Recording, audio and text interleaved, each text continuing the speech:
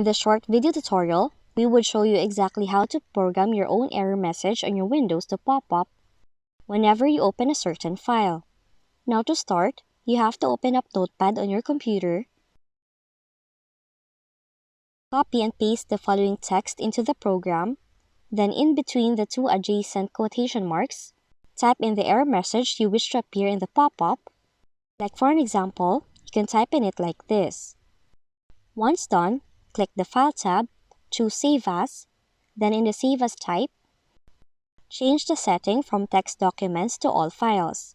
Then, type in your file name, followed by .vbs, and then after that, click Save. Now you have to open up File Explorer, select My Computer, or find your newly created file, open the file, and your error message will pop up on the screen. Now that's how easy you can make your own pop-up error message in your Windows computer. If you found this video helpful, kindly like and subscribe.